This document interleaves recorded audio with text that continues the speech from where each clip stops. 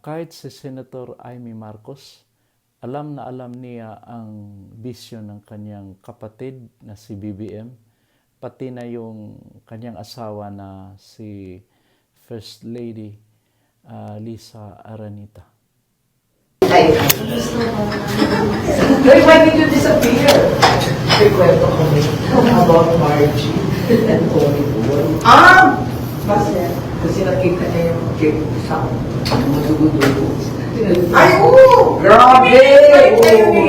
Grabe! Grabe! Invite kayo sa akin dito.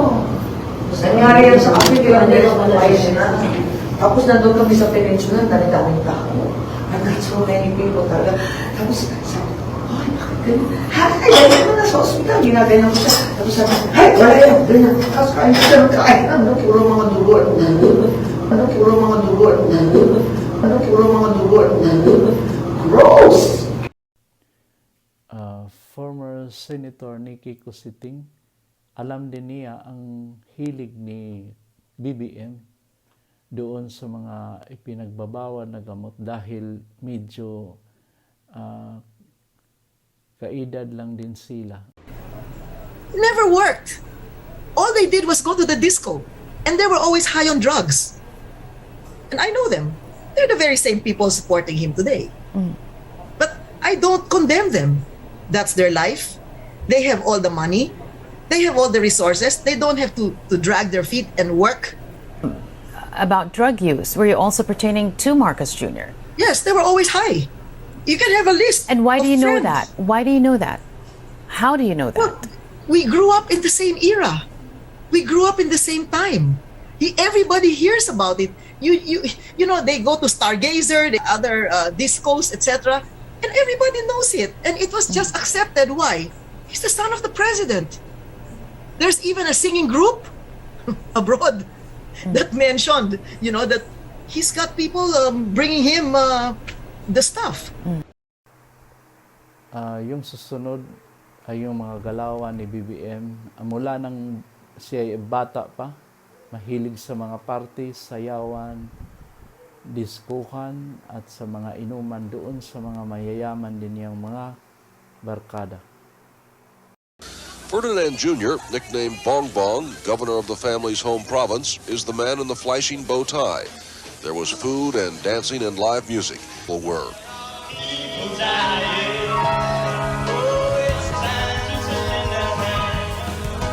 Hungry for political change at the very least. The palace tape CBS News gained access to. Miss Cathy Binag, may isang ex-husband na kabarkada din ni BBM at nasaksihan niya bisang isang whistleblower, nasaksihan niya ang mga ginawa ni BBM doon sa ipinagbabawal na gamot. Nikki Cositeng was saying it also. Yes. So ako, nakita ko, I'm an eyewitness. So those are, yun yung kulang eh. Ako na lang yung missing puzzle there eh. So kompleto na kami. So hindi ko nga maintindihan po sa mga nakaupo dyan. Di ba, kompleto na ho kami. Ano pa bang kailangan yung gawin? Ba't ko tinotolerate na nagmumura? I rather choose to have a president na nagmumura na diretso rather than isang presidente na adik at grupo ng mga corrupt na politician.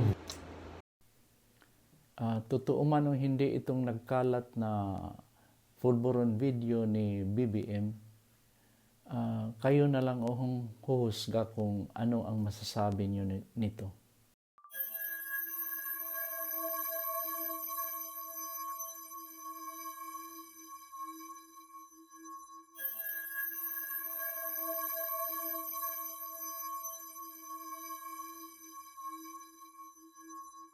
Sa mga drug syndicate. Ano? Yung babala nyo po sa mga drug syndicate na hindi tumitigil sa kanilang ano. Hindi ako nakikipag... Bahala kayo sa ginagawa niyo. Basta tuloy-tuloy lang kami. Para sa akin, itong statement ni BBM na yung pagpa-hair follicle test ay wala ng kinalaman sa public trust ay isang malaking kalokohan. No. No. Why should I do that? That's what they say, public trust, public office, public has nothing to do with the public of trust, please. There's no, wala namang connection yung sinasabi niya. He's always had that weakness every time when he was still working for me. Itong susunod naman ay galing mismo sa ating former President Rodrigo Roa Duterte, ang isang Pangulo na pinagkatiwalaan halos sa lahat ng mga Pilipino at sa kanyang natuklasan doon sa ating kasalukuyang presidente ngayon. Panoorin ninyo. Nung ako'y mayor, pinakitaan ako ng evidence ng PDEA. Doon sa listahan, nandoon yung pangalan mo. Ayaw kong sabihin yan kasi magkaibigan tayo. Kung hindi man kaibigan, magkakilala. Ikaw pumapasok kayo ng alanganin. Si Bongbong Marcos bangag noon, ngayong presidente na bangag natin ang presidente. May drug addict tayo na presidente.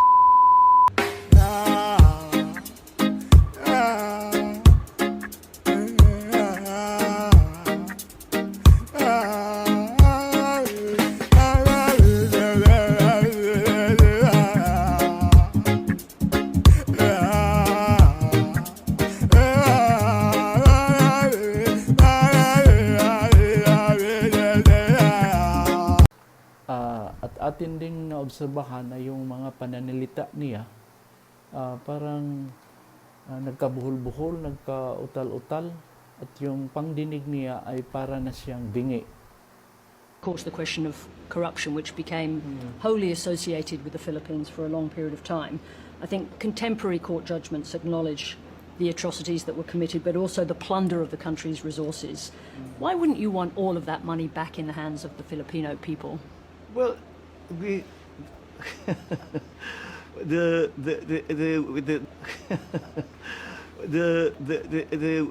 narrative. May I just ask you why that's funny? Where that? Why that's funny?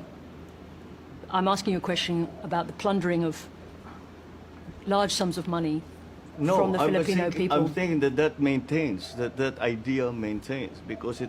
I take exception to many of the. Solgen, sir. Sinong Solgen mo? Sorry. Solicitor General. Sa? Solgen. OSG. Which one? Solicitor General, sir. Social welfare.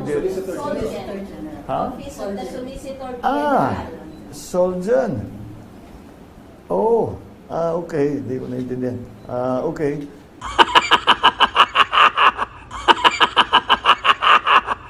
Buti rin, nakapag-harvest na tayo dito. Sa amin, nakapag-harvest na kami.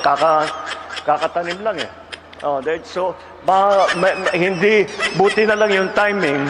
Hindi yung bago aani, nakapag-ani na tayo. You know, I cannot, I mean, well,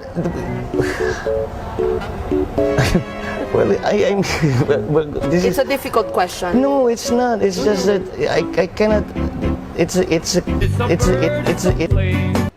Now that we have found that we hear that this.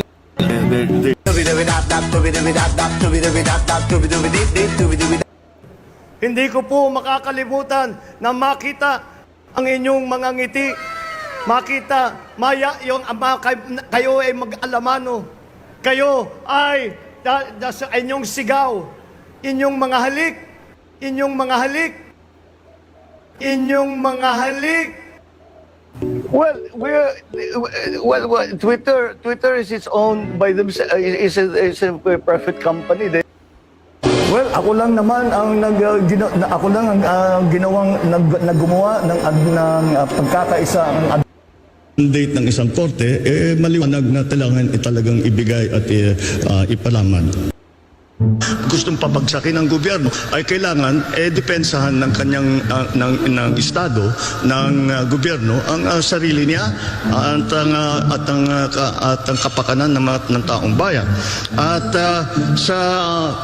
kaya tuloy-tuloy itong problema na ito, tuloy-tuloy dapat ang ating gawing peace talks hanggang nagkaroon na tayo ng talagang matunay na agreement ng kapayapaan.